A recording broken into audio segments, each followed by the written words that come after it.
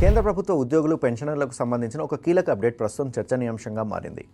8వ వేతన సంఘానికి సంబంధించి భారత్ పెన్షనర్స్ సమాజ్ అంటే బీపీఎస్ కొన్ని ముఖ్యమైన ప్రతిపాదనలు కమిషన్ ముందుంచింది. ఈ ప్రతిపాదనల్లో ముఖ్యంగా కనీస మూల వేతనాన్ని 69,000 రూపాయలుగా నిర్ణయించాలని, కనీస పెన్షన్ 45,000 రూపాయలుగా పెంచాలని వాళ్ళు కోరడం విశేషం. మరి బీపీఎస్ చేసిన ప్రధాన సిఫార్సులు ఏంటో ఇప్పుడు చూద్దాం. అవి అమల్లోకి వస్తే ఉద్యోగుల పెన్షనర్లపైన ఎలాంటి ప్రభావం ఉంటుంది ఇప్పుడు వివరంగా తెలుసుకుందాం. All India Federation of Pensioners అసోసియేషన్స్లో భాగమైన భారత్ పెన్షనర్స్ సమాజ్ ప్రతినిధి బృందం ఆగస్టు 7వ తేదీన న్యూఢిల్లీలోని 8వ వేతన సంఘం అధికారులను కలిశారు. బీపీఎస్ అధ్యక్షుడు ఆర్కే చౌహాన్, అలాగే సెక్రటరీ జనరల్ అవినాష్ రాజ్పుత్ నేతృత్వంలోని బృందం ఉద్యోగులు పెన్షనర్లకు సంబంధించిన పలు డిమాండ్లను కమిషన్ ముందు ఉంచారు. ప్రస్తుతం 8వ వేతన సంఘం ఉద్యోగ సంఘాలు, అలాగే పెన్షనర్ల సంఘాలు, ఇతర సంబంధిత వర్గాలతో సంప్రదింపులు జరుపుతోంది. ఈ చర్చల ఆధారంగా తుది నివేదికను సిద్ధం చేసి కేంద్ర ప్రభుత్వానికి సమర్పించనుంది. ఇప్పుడు బీపీఎస్ చేసిన ప్రధాన ప్రతిపాదనల గురించి మాట్లాడుకుందాం. మొదటగా కనీస పెన్షన్ అంశం. ప్రస్తుతం కేంద్ర ప్రభుత్వ పెన్షనర్లకు కనీస పెన్షన్ 9,000 రూపాయలుగా ఉంది. అయితే ఇది ప్రస్తుత జీవన వ్యయం, ద్రవ్యోల్బణ పరిస్థితులను దృష్టిలో పెట్టుకొని దీనిని కనీసం 5 రెట్లు పెంచి 45,000గా నిర్ణయించాలని బీపీఎస్ అయితే కోరుతోంది. అయితే ఉద్యోగి పదవీ విరమణ సమయంలో పొందిన చివరి వేతనంలో కనీసం 67% పెన్షన్గా ఉండాలని ఇందులో సూచించినట్టు చూడవచ్చు. అలాగే కుటుంబ పెన్షన్ విషయంలో కూడా కీలక సిఫార్సు చేసింది.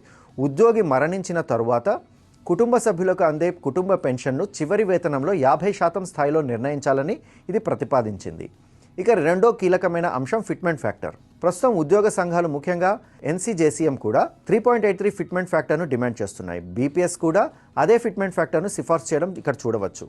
ఈ డిమాండ్లో ప్రధానంగా ఈ ప్రాతిపదికన అమల్లోకి వచ్చినట్లయితే 18,000 కనీస వేతనం దాదాపు 69,000 రూపాయలకు పెరిగే అవకాశం ఉంటుందని నిపుణులు పేర్కొంటున్నారు. అందుకే ఈ ప్రతిపాదన ఉద్యోగుల్లో భారీగా ఆసక్తిని రేకెత్తిస్తోంది. అయితే ఇది కేవలం సిఫార్సు మాత్రమే అని చూడాల్సి ఉంటుంది. తుది నిర్ణయం మాత్రం 8వ వేతన సంఘం తుది నివేదికపైన ఆధారపడి ఉంటుంది. ఇక కుటుంబ యూనిట్ పరిమాణానికి సంబంధించి బీపీఎస్ చేస్తున్నటువంటి ప్రతిపాదనల్లో ప్రస్తుతం కనీస వేతనం లెక్కించేటప్పుడు కుటుంబాన్ని ఒక యూనిట్గా పరిగణించినట్లయితే ఆ కుటుంబ యూనిట్ను కనీసం 3గా పరిగణిస్తున్నారు. అందులో ప్రస్తుతం కుటుంబాల నిర్మాణము, బాధ్యతలు పూర్తిగా మారిపోయిన నేపథ్యంలో బీపీఎస్ కొన్ని కొత్త ప్రతిపాదనలు ముందుకు తెచ్చింది. అందులో ఒక కుటుంబ యూనిట్ను కనీసం 5.2 వెయిటెడ్ ఫ్యామిలీ యూనిట్లకు పెంచాలని అయితే ప్రతిపాదిస్తున్నారు. దీనిలో ఉద్యోగికి ఒక యూనిట్గా పరిగణిస్తే జీవిత భాగస్వామిని ఒక యూనిట్ గాను, ఇద్దరు పిల్లలను ఒక్కొక్కరికి 0.8 యూనిట్స్ గాను, అలాగే ఆధారపడినటువంటి ఇద్దరు తల్లిదండ్రులకు ఒక్కొక్కరికి 0.8 యూనిట్స్గా పరిగణలోకి తీసుకోవాలని అయితే సూచించింది బీపీఎస్ ప్రస్తుతం.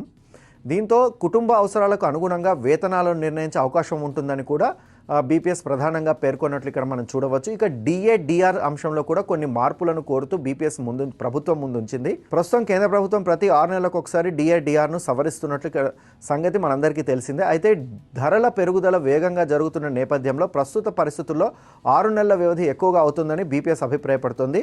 అందుకే ఇకపై 3 నెలలకు ఒకసారి డిఏడిఆర్ సవరణలను చేయాలనైతే సూచిస్తోంది. 3 నెలల సగటు ధరల సూచిక ఆధారంగా ఈ పెంపులు ఉండాలని కూడా కోరింది. అలాగే డిఆర్ 25% దాటిన తర్వాత దానిని ప్రాథమిక పెన్షన్లో విలీనం చేయాలని కూడా ప్రతిపాదించింది.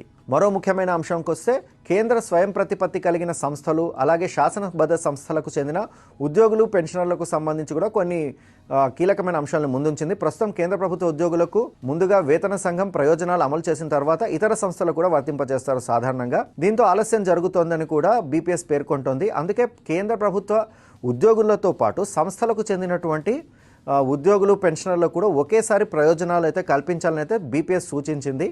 బీఎస్ఎన్ఎల్ పెన్షనర్స్ సమస్యలపై కూడా బీపీఎస్ ప్రత్యేకంగా దృష్టి సారించింది.